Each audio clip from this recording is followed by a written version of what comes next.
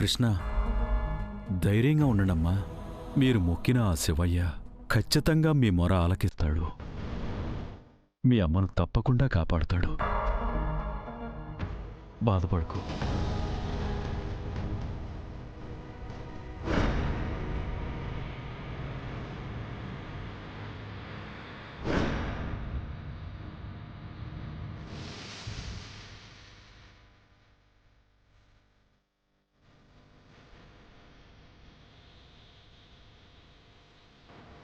Doctor, అమ్మకి ఎలా ఉంది? She's all right. ప్రమాదం నుంచి బయటపడ్డారు.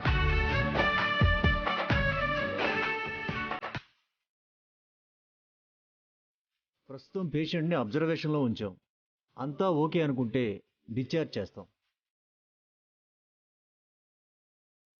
ఈ నైట్కైనా వెళ్ళిపోవచ్చమ్మా మీరు.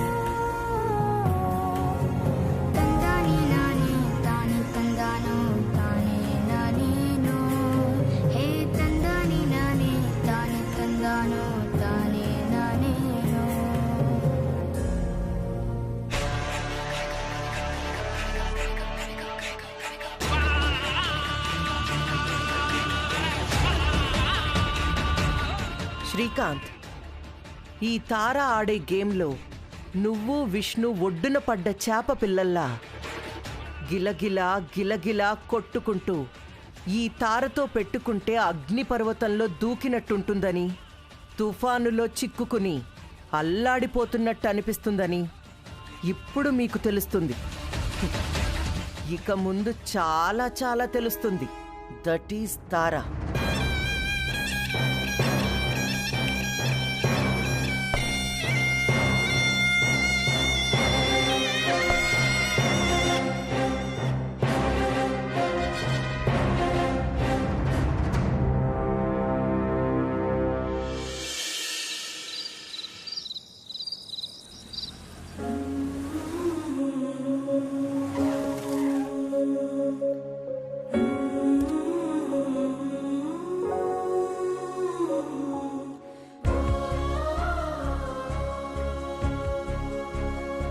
మీరెళ్ళి గేట్ తీయండి. అలాగే అక్క.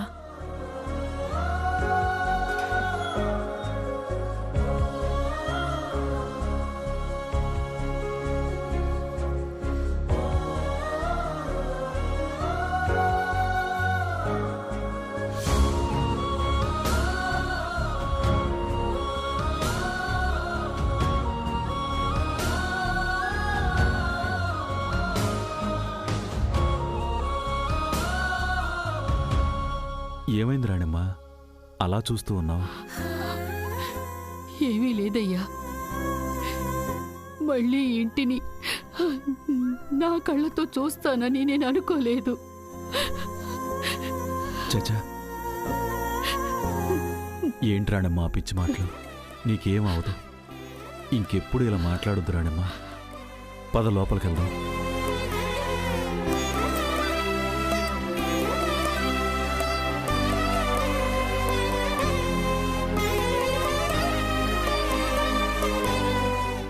రాణమ్మా, ఒక్క నిమిషం ఆగు. అమ్మా విష్ణు, వెళ్ళి ఎర్నీళ్ళు తీసుకురా అమ్మా. అమ్మకి దిష్టి తీద్దు గాని. అలాగే నాన్న. నేను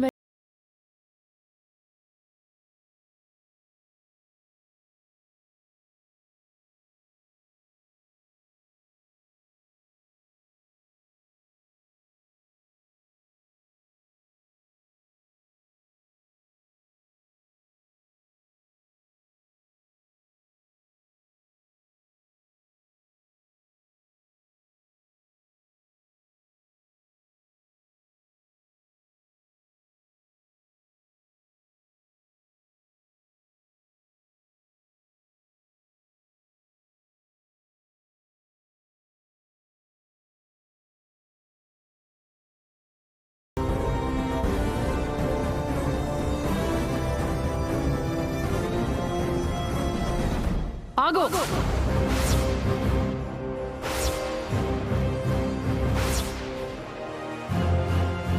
ఏమైంది రాణమ్మా? ఎందుకు ఆగమంటున్నావు? నాకు వీళ్ళ చేతులతో ఏం చేయాల్సిన అవసరం లేదు.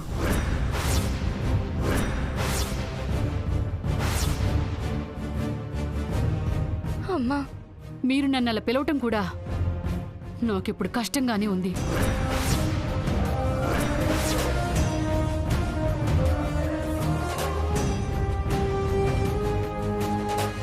రాణమ్మా, అవునయ్యా.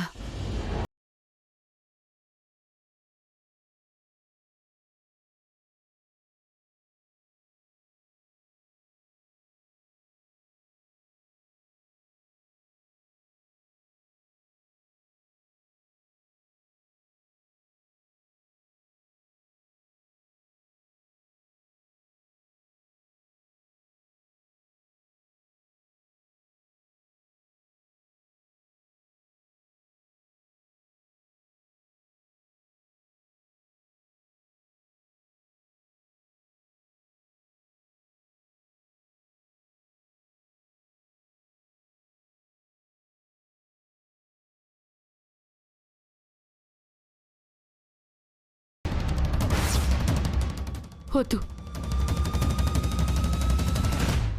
అలా అంటే ఎలా రాణమ్మా? అంత ప్రమాదం నుండి బయటపడి హాస్పిటల్ నుండి తిరిగి ఇంటికొస్తున్నావు. దిష్టి తీయకుండా ఎలా చెప్పు?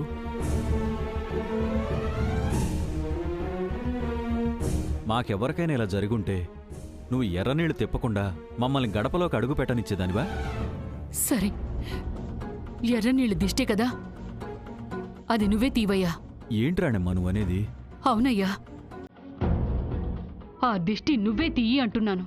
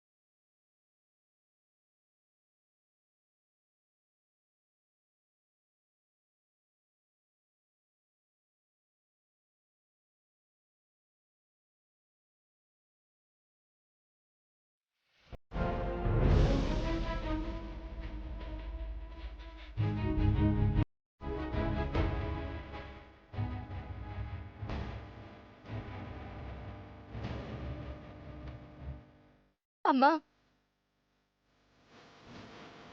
మాతో మాట్లాడమ్మా. నువ్విలా ఉంటే మా వల్ల కావడం లేదమ్మా.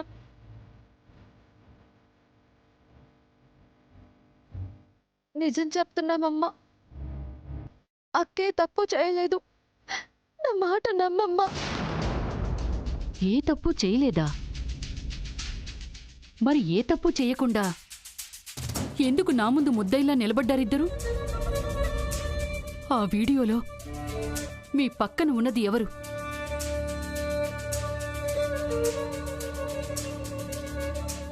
ఎవరితో తాళి కట్టించుకోవాలనుకున్నావు?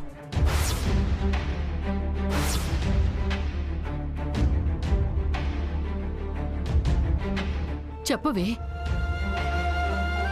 విష్ణువుని ఎవరికిచ్చి పెళ్లి చేద్దామని బయటికి తీసుకెళ్ళావు?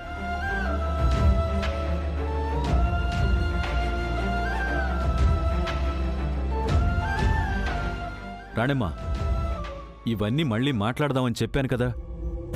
ఏంటయ్యా మళ్ళీ మాట్లాడేది? తలుచుకోవద్దని అనుకున్నా, నా వల్ల కావటం లేదు.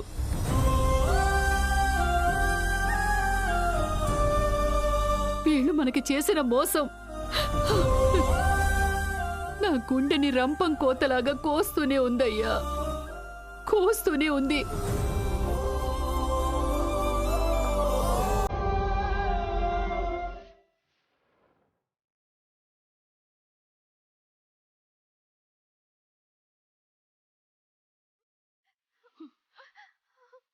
మాట్లాడవేంటి? చెప్పు.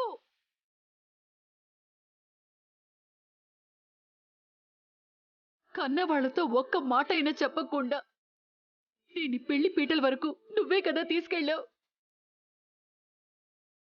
ఎవరితో పెళ్లి చేయించాలని దీన్ని తీసుకెళ్ళావే? మాట్లాడవేంటే? దీనికి చెవులు పోయినట్టు నీకు మాట పడిపోయిందా? అడుగుతున్నాను కదే, చెప్పు.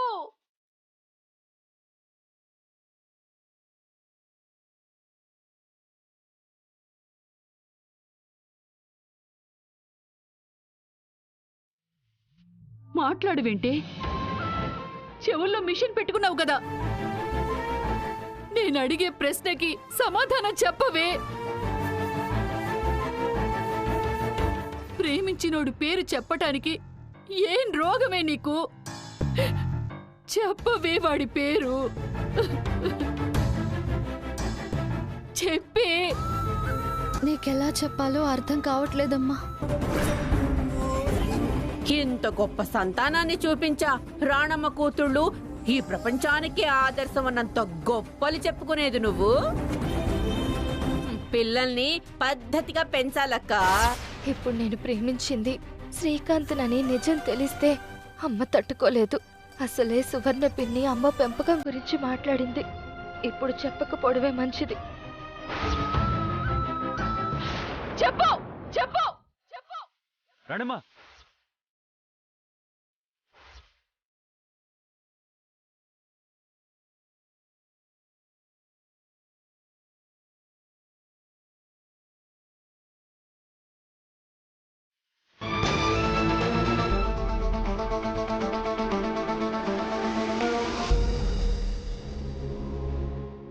ఏంటిది?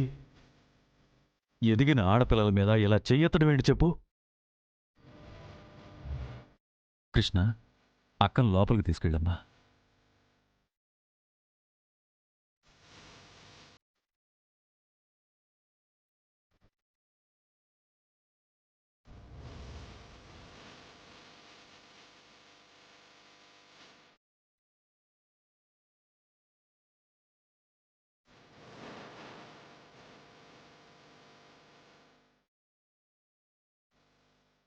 ఏంటి రాణమ్మా నువ్వు చేస్తుంది?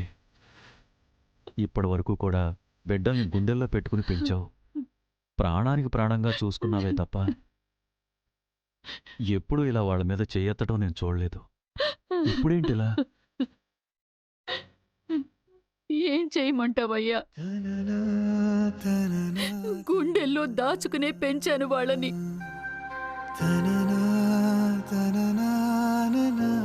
కానీ ఇలా కర్కశంగా నా కడుపులో తన్నేసిపోతారని ఎప్పుడూ అనుకోలేదయ్యా, అనుకోలేదు.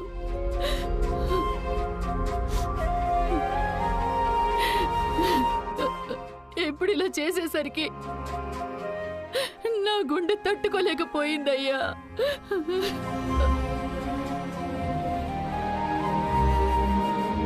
ఈ ఇంటి పరువు మర్యాదలు అన్నింటినీ కాలరాసి పెళ్లి ఎవడితోనో పెళ్లి పీటల మీద కూర్చుందయ్యా నీ పెద్ద కూతురు.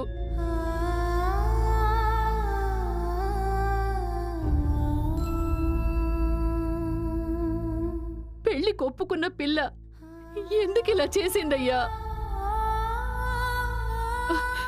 పద్ధతిగా ఆడపిల్లలని పెంచటం కూడా తెలియదా అని నలుగురు నానా మాటలు మాట్లాడుతుంటే అవి విని ఎలా భరించగలమయ్యా?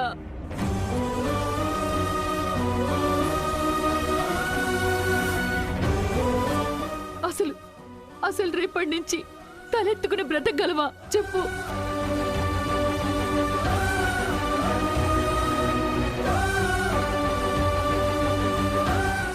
చూసావు కదా, ఇప్పటికీ ఆ ప్రేమించిన వాడు ఎవడు అని అడిగితే ఏమీ సమాధానం చెప్పటం లేదు.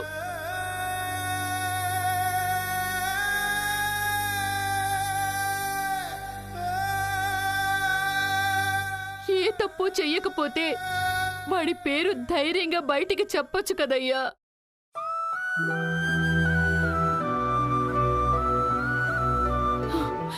చెప్పటం లేదంటే అర్థం ఏంటయ్యా?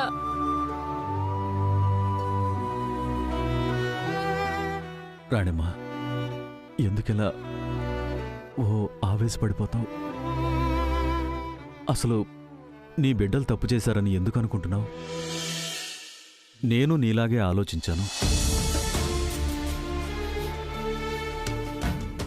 కానీ ఆ వరుణ్గాడి విషయం బయటపడ్డ తర్వాత విష్ణు జీవితంలో ఏదో పొరపాటు జరిగింది. అదేంటో తెలుసుకుంటేనే గాని ఈ సమస్యలన్నింటికీ పరిష్కారం దొరకదనిపించింది. ప్రేమించిన మనిషి పేరు విష్ణు చెప్పడం లేదంటే దాని వెనుకున్నది తప్పు కాదు, ఏదో బలమైన కారణమని అనుకోవచ్చు కదా.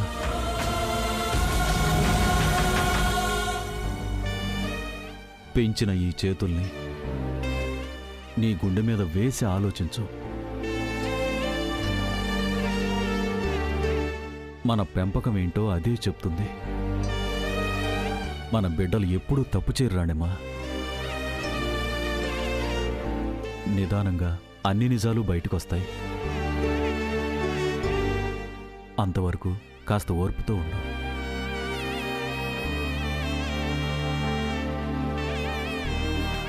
రాణిమా, ఎందుకింకా ఏడుస్తున్నావు? ఊరుకో.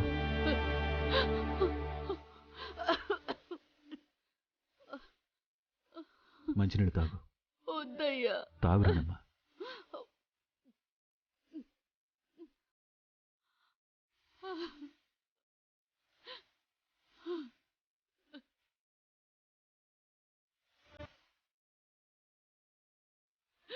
ఊరుకో ఊరుకో.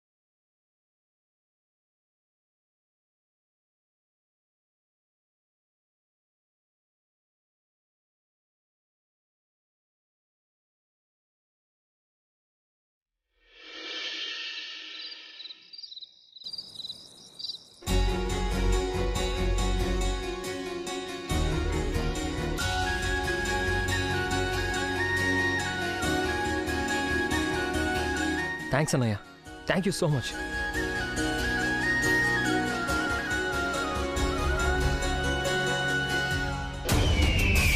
థ్యాంక్స్ రా. ఆ వరుణ్ గాడిని ఫ్రాడ్ అని రాణమ్మ గారి ముందు ప్రూవ్ చేసావు. ఒక పెద్ద సమస్య నుంచి విష్ణుని కాపాడావు. యాక్చువల్గా విష్ణుని మాత్రమే కాదురా, ఇండైరెక్ట్గా నన్ను కూడా కాపాడారు.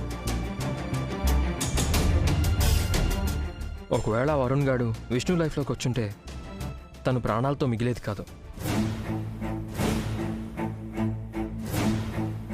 ఎందుకంటే ఇక్కడ తన ప్రాణం నా ప్రాణం రెండు వేరు కాదు కదరా. ఆ వరుణ్ గారిని ఫ్రాడ్ అని ప్రూవ్ చేయడం నాకు కూడా హ్యాపీగానే ఉందిరా. ఈ విషయంలో మా ప్రయత్నం చాలానే ఉన్నప్పటికీ సరైన టైంలో ఎస్పీ రవి ప్రూఫ్స్ రాణమ్మ గారికి ఇవ్వడం ఈ సమస్య సాల్వ్ అవ్వడానికి హెల్ప్ అయిందిరా.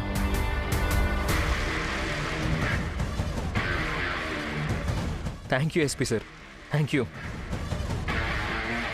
ఈ విషయంలో విష్ణు సేవ్ అవ్వడం హ్యాపీగానే ఉన్నా మనం చేసిన పెళ్లి వీడియో వల్ల రాణమ్మ గారికి హార్ట్అటాక్ రావడం అనేది చాలా బాధగా ఉందిరా.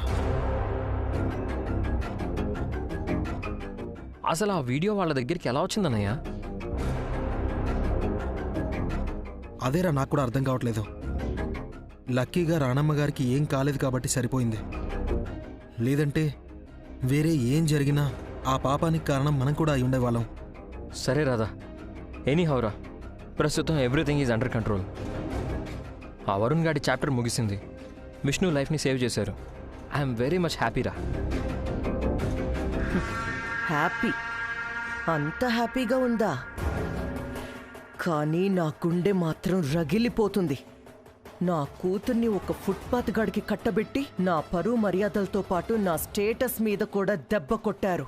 ఆ రాణిమ్మ కుటుంబాన్ని వరుణ్ గాడి ఎంట్రీతో చావు దెబ్బ కొట్టాలని చూస్తే మీరంతా కలిసి వరుణ్ గాడిని పక్కకి తప్పించేశారు. It's okay. అయితే ఏముంది, విసిరిన ఒక బాణం వేస్ట్ అయ్యింది అనుకుంటాను. అంతేకాని నా పగకు పడిన పునాది రాయి మాత్రం అంగుళం కూడా కదలదు. రాణిమ్మ, నీ కుటుంబాన్ని అంత ఈజీగా వదిలిపెట్టను. మహాకాళ సర్పమై మీ అందరి బతుకుల్ని కబళించేస్తాను.